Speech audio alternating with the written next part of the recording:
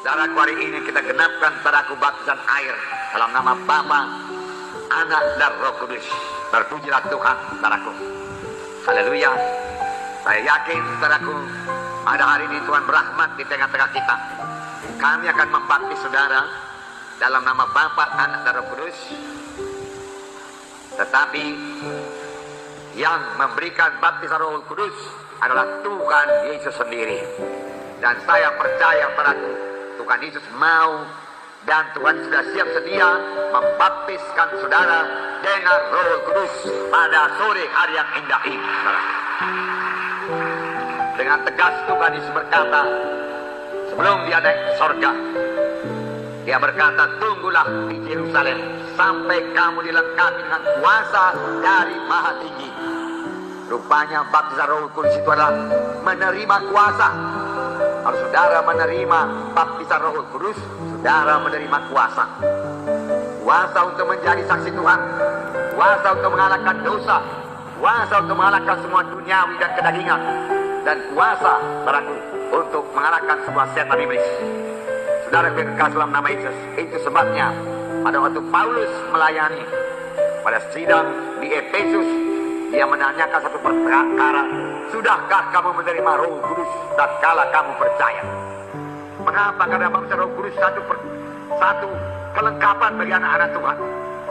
Tuhan Yesus berkata, kamu akan menerima kuasa kelak apabila Roh Kudus turun ke atas kamu, dan kamu menjadi saksi bagi Yerusalem, Yudea, Samaria, hingga sampai ke ujung bumi. Jadi menerima baptisan Roh Kudus, menerima kuasa. Dari mulanya, saudaraku, Tuhan mengendaki manusia ini berkuasa. Waktu Tuhan menciptakan Adam dan Hawa, dia berkata, penuhilah bumi, taklukkanlah isinya, taklukkan isinya, taklukkan setan iblis, dia katakan. Tetapi sayangnya Adam dan Hawa gagal, iblis yang menaklukkan dia, hingga dia jatuh pada dosa, dan semua manusia jatuh pada dosa. Tapi kemudian Allah Bapa mengirimkan Tuhan Yesus untuk mengubahkan nasib manusia ini, membawanya daripada hukuman pada hidup yang kekal, pada keselamatan menjadi anak Allah. Ini yang kita peringati pada hari Natal ini. Setelah Yesus datang lagi di Bethlehem untuk menyelamatkan manusia yang berdosa, mati menebus manusia yang berdosa, dan manusia tidak perlu ke neraka tapi ke sorga. Tetapi sebelum Tuhan naik ke sorga, dia berkata, terimalah olehmu Roh Kudus, terima olehmu Roh Kudus, supaya kita kembali hidup berkuasa, amin. Supaya kita kembali mengalahkan setan, amin. Kita mengalahkan penyakit, amin. Dan segala godaan-godaan, bujukan-bujukan melalui kehendak daging hawa nafsu bisa kita kalahkan semua dalam nama Yesus, amin. Dan kita semua boleh berbuah lebat karena kita semua menjadi saksi yang berkuasa. Tuhan mengurapi kesaksian kita, amin. Itu gunanya Roh Kudus. Sekaligus Roh Kudus memberikan buah Roh Kudus, membentuk karakter dalam kita, karakter dalam kita. Nah, buah Roh Kudus pada hari ini, pagi hari tadi kita mendengarkan firman Tuhan mengenai salah satu dari buah Roh Kudus, yaitu damai. Damai itu buah Roh Kudus. Yesus membawa damai, anak-anak Tuhan juga membawa damai. Kemana saja kita bergerak, kita bawa damai. Tuhan Yesus kalau dia masuk ke rumah, dia katakan damai bagi rumah ini. Dan dia mengajarkan murid-muridnya kalau masuk ke rumah orang lain juga katakan damai bagi rumah ini. Kalau dia berlayak maka damaimu tinggal padanya. Kalau dia tidak berlayak maka damaimu kembali kepadamu. Tuhan Yesus berkata. Jadi tidak rugi apa-apa kita memberikan damai bagimu. Damai, damai. Nah, saudara yang kekal dalam nama Yesus, damai. Itu saudaraku, ya. Setelah Roh Kudus turun, saudaraku, Roh Kudus turun pada Yesus, Roh Kudus turun pada kita, maka buah Roh Kudus jadi kepada kita. Jadi luar biasa berkat daripada Roh Kudus. Jadi pada hari ini saudara juga terimalah baptisan Roh Kudus, amin saudara. Dalam berbahasa roh pada hari ini kami akan membaptis saudara dengan baptisan air dalam nama Bapa, Anak, Roh Kudus. Tetapi ia yang datang kemudian daripadaku, kata Yohanes Pembaptis, yaitu Tuhan Yesus. Dia akan membaptiskan kamu dengan Roh Kudus dan dengan api. Dua-dua itu menggambarkan kuasa. Siapa yang datang kemudian daripada Tuhan Pembaptis, yang lain daripada Tuhan Yesus Kristus.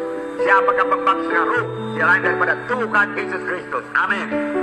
Saudara, pada hari ini saudaraku yang terima baptisan air, arti daripada baptisan Roma pasal 6, 5 menit lagi. Roma pasal 6. Jadi dikatakan ayat 3, atau tidak tahukah kamu bahwa kita semua yang telah dibaptis dalam Kristus telah dibaptis dalam kematiannya? Dengan demikian kita telah dikuburkan bersama-sama dengan dia oleh baptisan dalam kematian, supaya sama seperti Kristus telah dibangkitkan dari antara orang mati oleh kemuliaan Bapa, demikian juga kita akan hidup dalam hidup yang baru. Hidup dalam hidup yang baru.